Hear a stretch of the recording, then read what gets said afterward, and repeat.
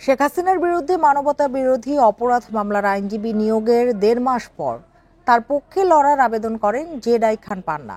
এজন্যই তার আবেদনে সাড়া দেয়নি ট্রাইব্যুনাল। তিনি ট্রেন মিস করেছেন বলেও মন্তব্য করে আদালত। প্রসিকিউশনের কেউ কেউ বলছেন, সিনিয়র এই আইনজীবীর উচিত দেশে ফিরে আইনি লড়াই চালাতে শেখ হাসিনাকে পরামর্শ দেয়া। জুলাই আন্দোলনে নির্বিচারে হত্যাসহ সব মানবতাবিরোধী অপরাধের মূল নির্দেশ দেওয়ার অভিযোগে সবচেয়ে গুরুত্বপূর্ণ আসামি শেখ হাসিনা পলাতক থাকায় আইন অনুযায়ী নিজে আইনজীবী নিযুক্তের সুযোগ পাননি। তবে ন্যায় বিচারের স্বার্থে তার পক্ষে আইনজীবী আমির হোসেনকে নিযুক্ত করে রাষ্ট্র। এরই মধ্যে এ মামলায় ৫ জনের সাক্ষ্য ও জেরা শেষ হয়েছে।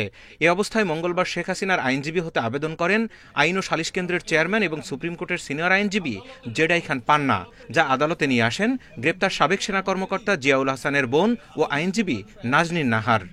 কাকে নিয়োগ দেওয়া হবে বা কাকে দেওয়া হবে না, এটা হচ্ছে ট্রাইব্যুনালের এখতিয়ারাধীন বিষয়। এটা একটা। দ্বিতীয় হচ্ছে যে ইতিমধ্যেই শেখ হাসিনার পক্ষের একজন আইনজীবী, অর্থাৎ শেখ হাসিনাকে ডিফেন্ড করার জন্য একজন আইনজীবী নিয়োগ দেওয়া হয়েছে। প্রসিকিউশনের অনেকে বলছেন, পলাতক আসামিকে আইনি সহায়তার আগে আইনজীবীর উচিত তাকে বিচারের মুখোমুখি হওয়ার আহ্বান জানানো।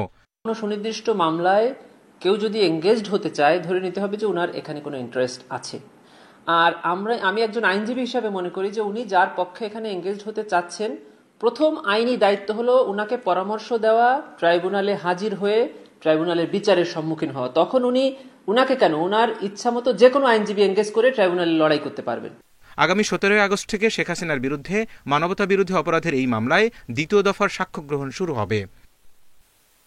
Zahidul Bashar, Independent News, Dhaka.